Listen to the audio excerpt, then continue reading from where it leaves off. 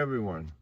All right, so I have already marked all the segments cuts on the cylinder. I already have it very clean inside. I have marked my master cuts at 90-degree angle and comprehending 8 segments each.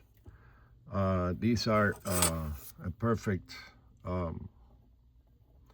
90-degree angle slats that I pre-cut on both ends, on the upper and the lower cylinder, and there will be the guiding center points when I am aligning this. I also drew the bottom of it with the cuts markings with an angular plus. I had this from Campen that he sent me, and that goes on the interior, but he won't need it because I'm actually gonna cut from the outside. I used it as this, as a mean of alignment, and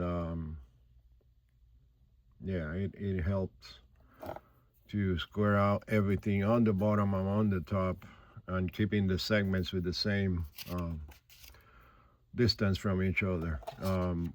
So I'm ready to do the cutting. I'm gonna cut it with this Dremel diamond cutting tool, which is pretty fine. It's less than a millimeter. It's about 0.8, somewhere in there. So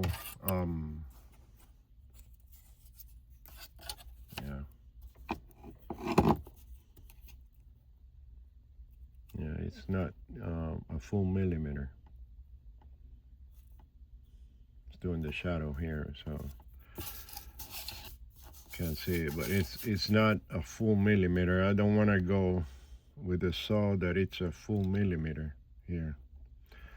Anyways, once that I have it cut, then I'll proceed on bending it 90 degrees square, one by one. I'm gonna bend it 45 and then press it 45 a little bit more, making sure I do not put a bend on the inner part, and that's the reason why it's done this way, with the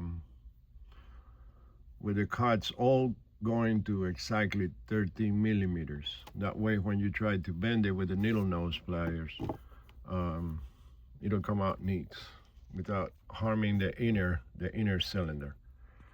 All right, guys, thanks for watching.